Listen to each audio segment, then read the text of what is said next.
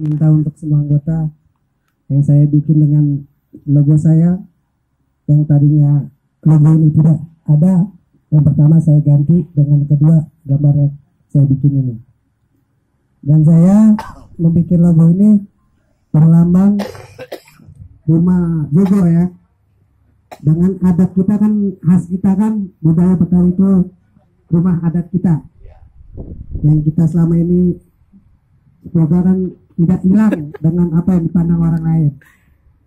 Dan nambang golok itu istilahnya budaya persilatan kita yang selama ini kan begitu bagus, seperti adik kita ini kan juga apa deh, selibet kayu putih ya, bocahnya Bapak Matsani ya. Kemarin tangannya kena golok, kebeset, kena jahitan berapa, dek? Jahitannya berapa? Obras.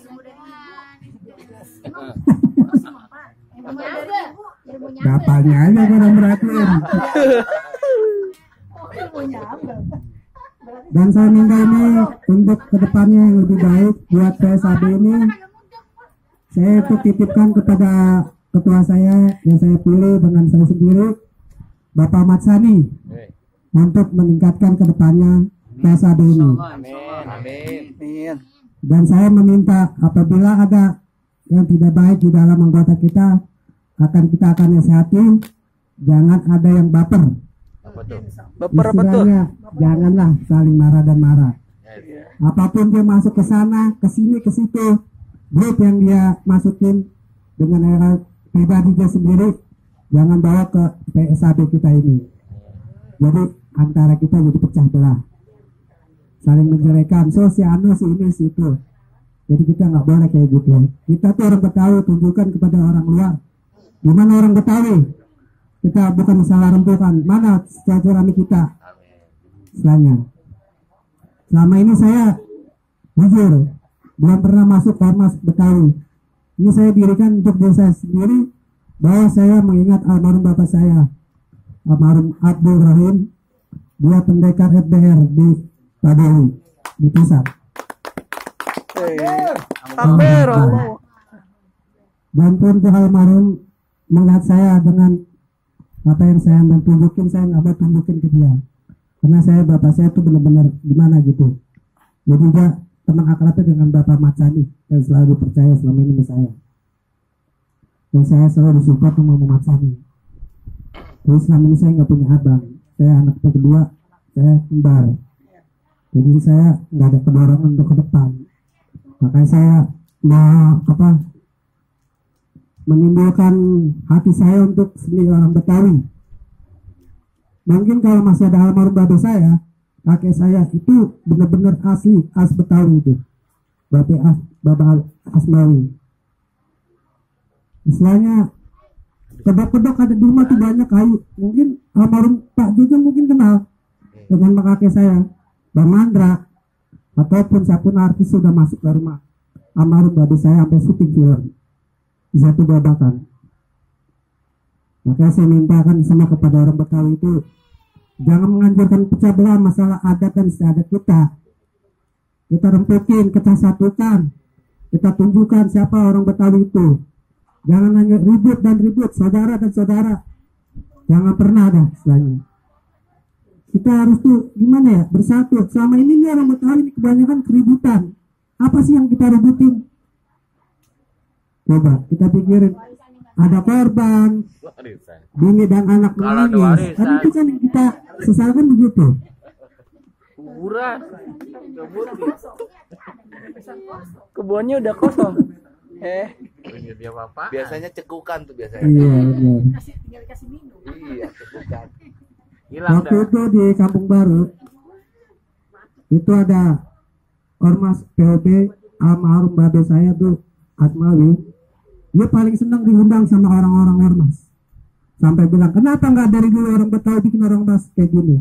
Itu masih ada BR, cuman POB masuk ke Kampung Baru. Undang lah di RW 07 itu. Kebetulan Matsani sendiri yang mendampingin babe saya. Itu di tahun berapa itu yang ingat filmnya Rano Karno kalau nggak salah, yang ondel-ondel zaman dulu itu penyampi saya, dan itu anaknya, nah Babe Asmawi, nah saya keturunannya dari Babe Asmawi. Pacuan ya, di Pacuan bukan? Ya. Sebelah. Oh iya iya. Iya. Jadi kalau untuk sejarah ondel-ondel memang dari kumpulnya beliau, nah turun ke anaknya. Sebenarnya ondel-ondel itu dulu pusatnya tuh di Rawasari bang, di khususnya di wilayah Kayu Putih, hingga terpecahnya gara-gara Jakarta Festival. Karena di situ kita dituntut untuk membuat ondel-ondel 100 pasang dijual dengan nama bank. Akhirnya bank itu kena likuidasi. Itu 100 pasang waktu itu kita adakan. Itu pusatnya dari situ. Nah akhirnya dari kedok-kedok itulah hancurnya seni budaya Betawi ondel-ondel sampai sekarang ini pada ngamen. Nah itu kenapa ondel-ondel jadi pada ngamen, itu awal mulanya bang.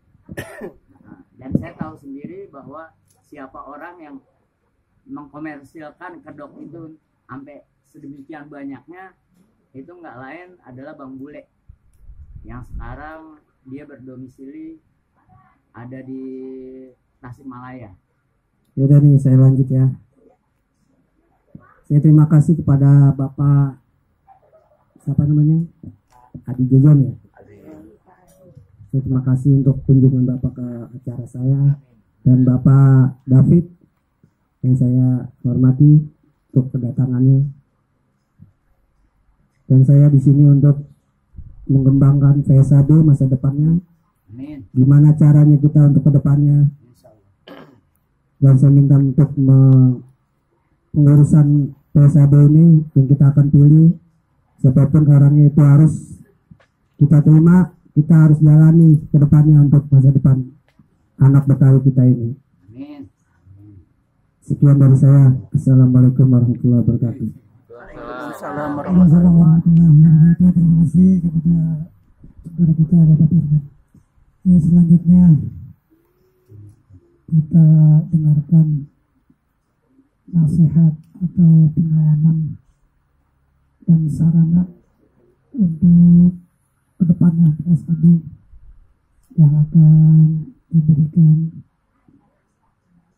oleh alumni Trisakti, yaitu Bapak David. Kepada beliau kami persilakan. Terima kasih untuk waktunya. Saya bersyukur sekali karena diundang. Sebenarnya saya dekat dengan Mas Sami, dan kebetulan saya memang bukan orang Betawi. Saya orang Batak. Ya, saya juga Nasrani. Jadi mohon maaf kalau tidak bisa mengikuti dua-duanya, tapi saya sangat menghormati. Dan kita sama Mas Sami ini sudah kenal lama sebelum Adis lahir. Belum dia punya pasangan, itu kita pasangannya. Sejak tahun 98.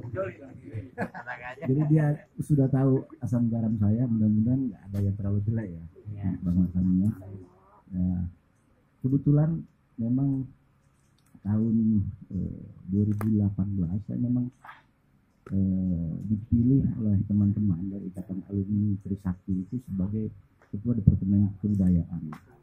Pada saat itu tentunya saya juga berpikir bahwa saya tidak membawai kebudayaan, misalnya saya orang Batak toh.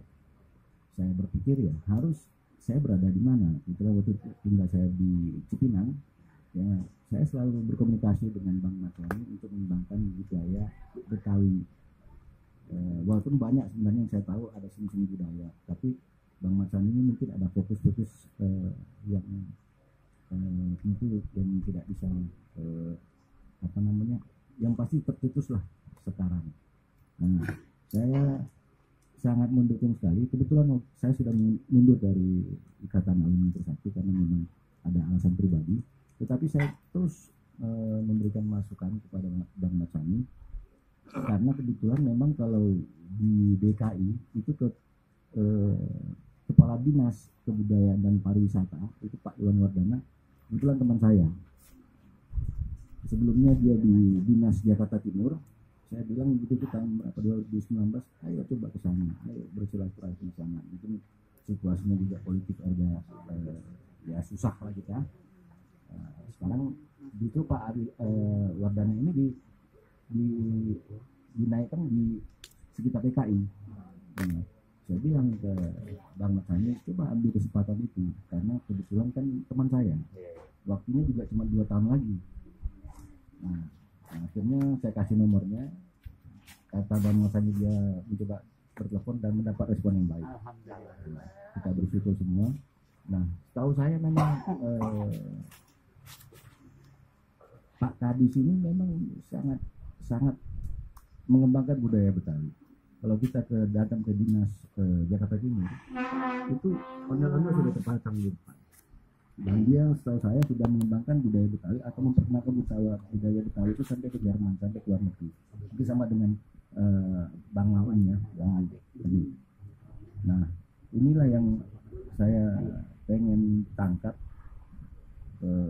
kembali ke belakang. Dulu sebenarnya saya pengen bikin acara kebudayaan, semua kebudayaan Indonesia yang saya angkat di Trisakti. Nah, sebagai palang pintunya saya pengen budaya Betawi karena kita berada di Jakarta waktu itu. Jadi saya mengangkat budaya Dayaknya, Papuanya, semua Sumatera. Waktu itu mimpi saya. Kalau kondisi mungkin tidak memungkinkan, ya mungkin mudah-mudahan lah